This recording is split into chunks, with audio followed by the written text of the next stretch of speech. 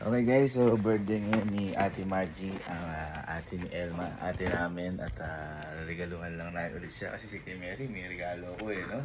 Kasi pumasa si Mary sa board exam tapos nag-birthday si ate ngayon birthday.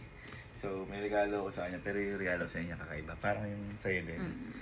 Ang ginawa kasi namin, ako parang diba si Kuya Obet wala nang kakayanan para magbigay ng regalo physical. So, parang as a representative ni Kuya Obet, ito gumawa ako ng regalo para kay Ate Margie. Sana magustuhan niya to.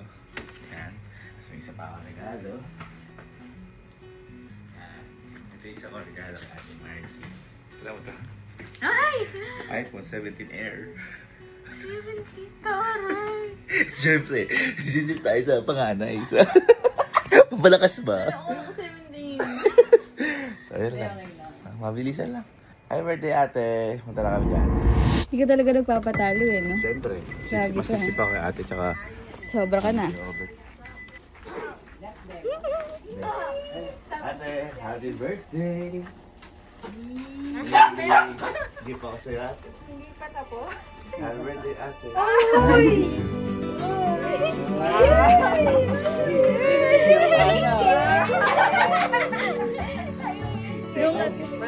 Kung merong 16 si Mary, dapat ito kay ate. Ano yan?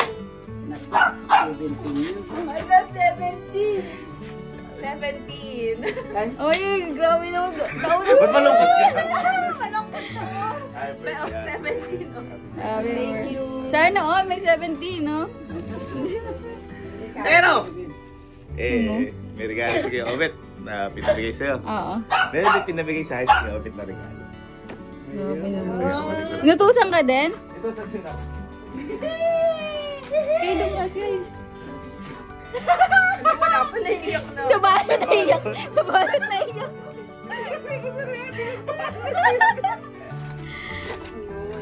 May isa pa? Oh. Natawa siya.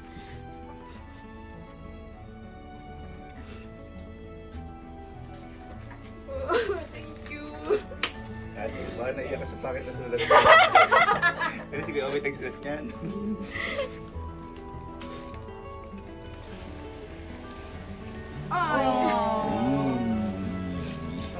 So, nakita mo? Nakita mo? Nakita mo ba?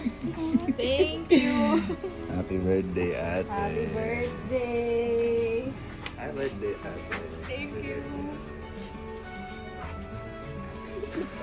Naiiyak ka, nakikita ko naiiyak ka. Ibatak mo.